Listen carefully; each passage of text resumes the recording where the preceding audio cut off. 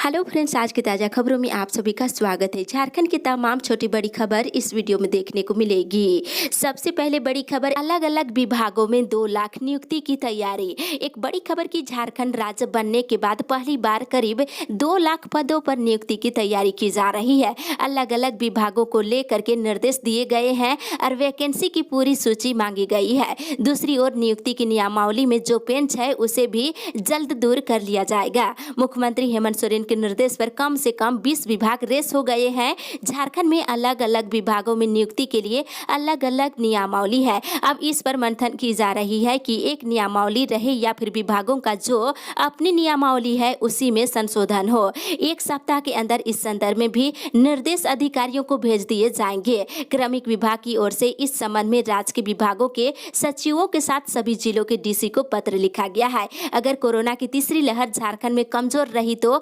अक्टूबर से नियुक्ति के लिए इश्तेहार भी अखबारों में देखने को मिल सकते हैं। झारखंड सरकार चाह रही है कि झारखंड के बेरोजगारों को जल्द से जल्द नौकरी मिल सके। इसी के साथ ही अगली बड़ी खबर, जीवन और जीविका को ध्यान में रखकर हो रहे कार्य। मुख्यमंत्री हेमंत सोरेन ने कहा है कि राज्य सरकार जीवन और जीविका को ध्यान में रखकर काम कर रही है। कोरोना संक्रमण काल में अनाथ हुए बच्चों को संरक्षित करना राज्य सरकार की प्राथमिकता है। वे रविवार को अपने आवासीय कार्यालय से प्रोजेक्ट शिशु के अंतर्गत महामारी के दौरान अनाथ हुए बच्चों के पुनर्वास के लिए झारखंड राज्य विधिक सेवा प्राधिकार के द्वारा आयोजित वर्चुअल कार्यक्रम को संबोधित करते हुए बोल रहे थे। राज्य सरकार और झालसा के प्रयास से अनाथ हुए बच्चों को सहारा दिया जाएगा।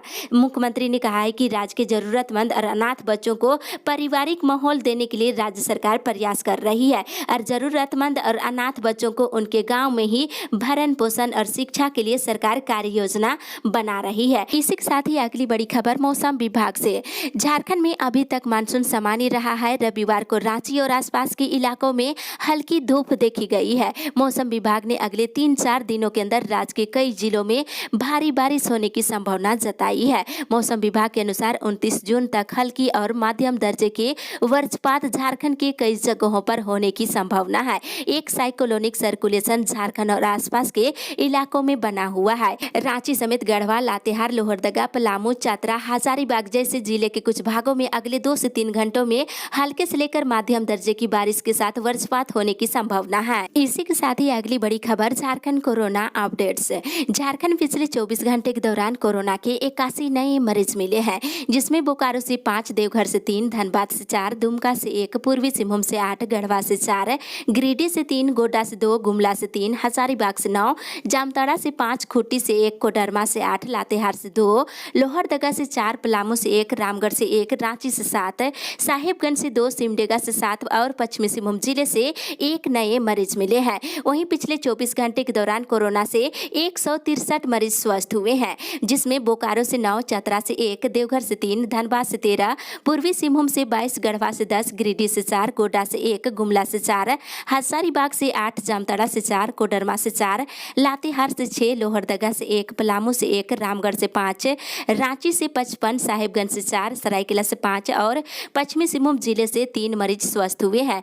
वहीं राज्य में एक्टिव केस की संख्या घट करके 1030 हो गई है, जिसमें बोकारो में 46, चतरा में 24, देवघर में 43, धनबाद में 47, दुमका में 30, पूर्वी सिंहभूम में 124, गढ़वा में 35, गिरिडीह में 21, गोड्डा में 6, गुमला में 52, हजारीबाग में 61, जामताड़ा में 19, खूंटी में 7, कोडरमा में 7, लातेहार में 27, लोहरदगा में 25, पाकुड़ में 1, पलामू में 16, रामगढ़ में 14, रांची में 352, साहिबगंज में 17, सरायकेला में 28, सिमडेगा में 88 और पश्चिमी सिंहभूम जिले में 23 एक्टिव केस है। वहीं पिछले 24 घंटे के दौरान खूंटी में 1 कोरोना मरीज की मौत हुई है। इसी के साथ ही अगली बड़ी खबर, 8000 कर्मियों को राहत, प्रबंधन का पावर सीज। एक बड़ी खबर की झारखंड में पहली बार 20 साल के बाद इंटर कॉलेजों को नियमावली की सौगात मुख्यमंत्री हेमंत सोरेन देने वाले हैं। नियमावली बन जाने से जहां एक और कॉलेज प्रबंधन की दबंगई खत्म हो जाएगी, वहीं कर्मचारियों को बड़ी राहत मिलेगी। नियमावली में कॉलेज के शासी निकाय के द्वारा की जाने वाली नियुक्ति और कार्रवाई के पावर को भी सीज कर दिया गया है। इसमें स्पष्ट कहा गया है कि 15 साल की सेवा के बाद शिक्षकों को बीएड की अनिवार्यता खत्म हो जाएगी। साथ ही 2 साल की सेवा देने के बाद शिक्षक अस्थायी माने जाएंगे। शिक्षक कर्मियों को 60 साल में रिटायरमेंट की उम्र सीमा निर्धारित की गई है। इसके साथ ही अन्य तरह की अवकाश का भी प्रावधान किया गया है। इसी के साथ ही अगली बड़ी खबर, रेडियो और दूरदर्शन पर बच्चों के लिए पाठशाला आज से शुरू।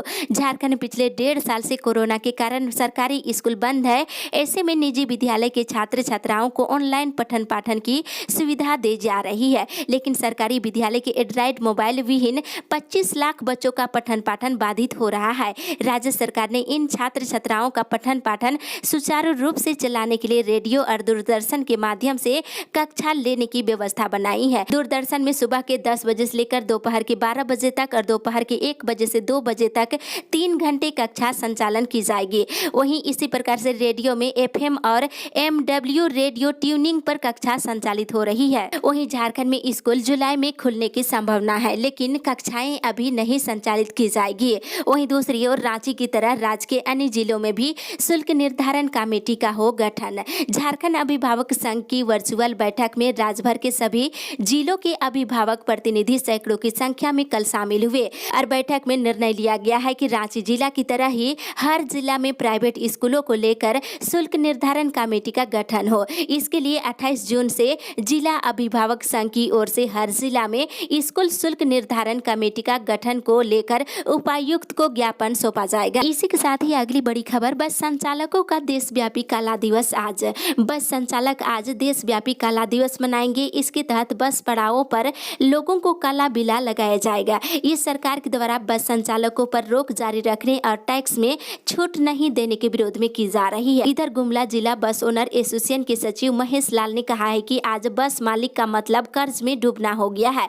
बस के परिचालन पर रोक तो लगी है, लेकिन टैक्स वसूली बंद नहीं हुई है। झारखंड प्रदेश बस ओनर एसोसिएशन के नेता सचिव दयानंद सिंह ने सभी जिला इकाइयों और बस मालिकों से सोमवार को बस पड़ावों में खुद और दूसरे को भी काला बिला लगाने का निर्देश दिया है। वहीं जुलाई से झारखंड में बस परिचालन शुरू करने की मांग की जा रही है। इसके साथ ही इधर बाल तस्करी रोकने के लिए गाँवों में महिला SPO। बाल तस्करी रोकने के लिए राज्य के सभी गाँवों में महिला SPO तैनात की जाएगी। यदि बच्चों की तस्करी करने का प्रयास किया जाता है तो वे पुलिस को सूचना देगी। मुख्यमंत्री हेमंत सोरेन ने ये बातें रविवार को कही है। इसी के साथ ही अगली बड़ी खबर, आरयू के अपग्रेडेड ई लर्निंग सेंटर की आज होगी शुरुआत।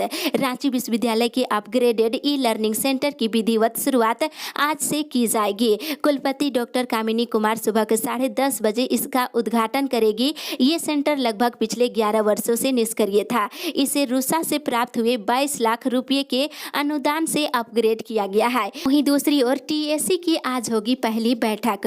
झारखंड ट्राइबल एडवाइजरी काउंसिलिंग की पहली बैठक आज होने वाली है। मुख्यमंत्री हेमंत सोरेन की अध्यक्षता में यह बैठक अब ऑनलाइन वर्चुअल मोड में होगी। बैठक में पिछली सरकार के TSC की कार्रवाई पर चर्चा होगी, साथ ही ओपन डिस्कस भी किया जाएगा। साथ ही इधर अनुबंध शिक्षकों का इंटरव्यू स्थगित।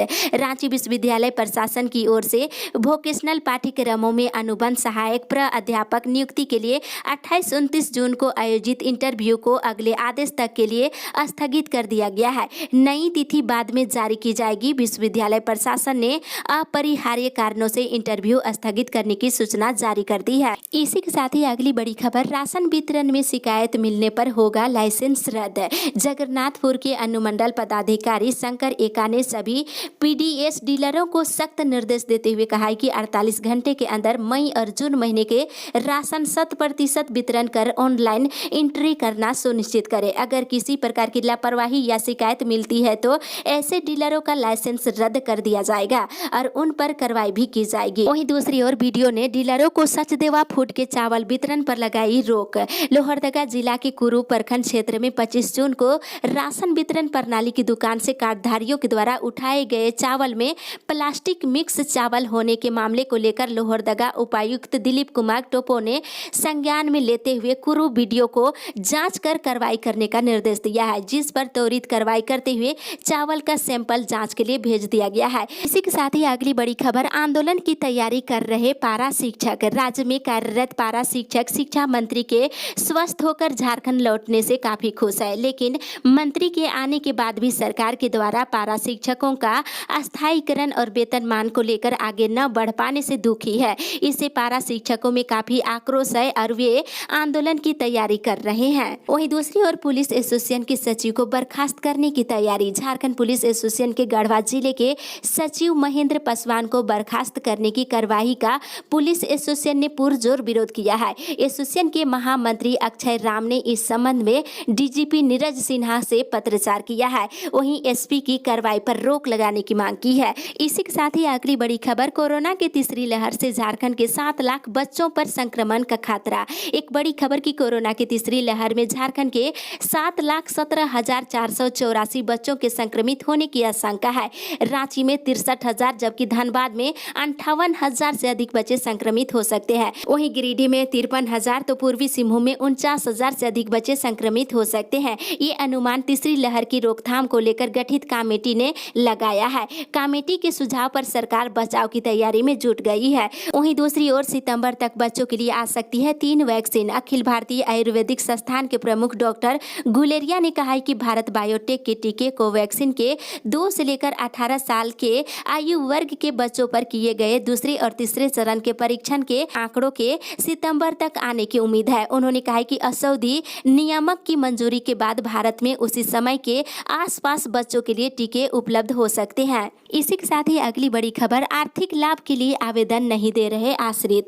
कोरोना से मौत के बाद आश्रितों को आर्थिक लाभ देने की शुरुआत राज्य सरकार ने कर दी है, लेकिन जानकारी के अभाव में इस योजना का लाभ लेने के लिए लोग आवेदन नहीं दे रहे हैं। रांची जिले के कई प्रखंडों से अभी तक एक भी आवेदन नहीं पहुंचा है। इसके लिए सभी प्रखंड विकास पदाधिकारियों को उपायुक्त ने गंभीरता से काम करने का निर्देश दिया है और पीड़ित लोगों तक इस योजना का लाभ पहुंचाने का निर्देश दिया है। वहीं रांची के ग्रामीण इलाकों में कोरोना काल में 2,504 लोगों की मौत हुई है। अन्य जिलों में भी इसकी प्रक्रिया जारी है। इसी के साथ ही अगली बड़ी खबर, 10 बजे के बाद दफ्तर पहुंचे तो होंगे टर्मिनेट। ड्यूटी से गायब रहने और ऑफिस देर से पहुंचने वालों की अब खैर नहीं है। झारखंड ग्रामीण विकास विभाग के सचिव मनीष रंजन ने अधिकारियों और कर्मियों को समय पर दफ्तर पहुंचने की कड़ी हिदायत दी है। उन्होंने कहा है कि कोई भी अधिकारी या कर्मी अनाधिकृत रूप से कार्यालय से अनुपस्थित रहते हैं तो उन्हें तुरंत टर्मिनेट करने की कार्रवाई की जाएगी और विभाग को ऐसे लोगों की जरूरत नहीं है जो अपने काम के प्रति कमिटेड नहीं है।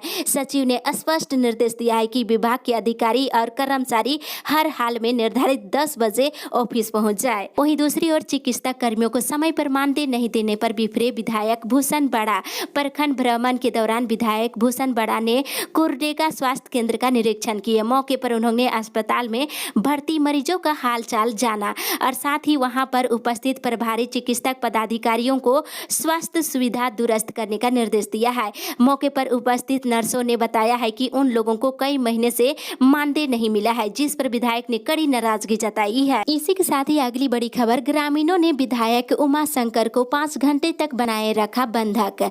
वन भूमि पट्टा और आवास दिलाने की मांग को लेकर भूमिहीनों ने रविवार की सुबह बरही के विधायक उमा शंकर को लगभग 5 घंटे तक उनके घर में ही बंधक बनाए रखा। ग्रामीणों ने घर के मुख्य गेट पर ताला जड़ दिए और बाहर जमकर प्रदर्शन करते रहे। लगभग 5 घंटे के बाद प्रशासन की पहल पर ताला खुलवाया गया। दूसरी ओर बीज की होगी ऑनलाइन निगरानी। राज्य सरकार के द्वारा किसानों को अनुदान पर मुहैया कराए जाने वाले बीज से जुड़ी विसंगतियों को दूर करने और पूरी प्रक्रिया को पारदर्शी बनाने के लिए कृषि विभाग ऑनलाइन ट्रैकिंग सिस्टम बनाने जा रहा है। इससे बीज का रियल टाइम मॉनिटरिंग संभव हो सकेगी और किसानों तक पहुंचने का पूरा ट्रैकिंग सिस्टम बनाया जाएगा। कृषि विभाग इस प्रणाली को अमली जामा पहनाने की प्रक्रिया शुरू कर दी है। साथ ही इधर राज्य सरकार से कार्रवाई की मांग।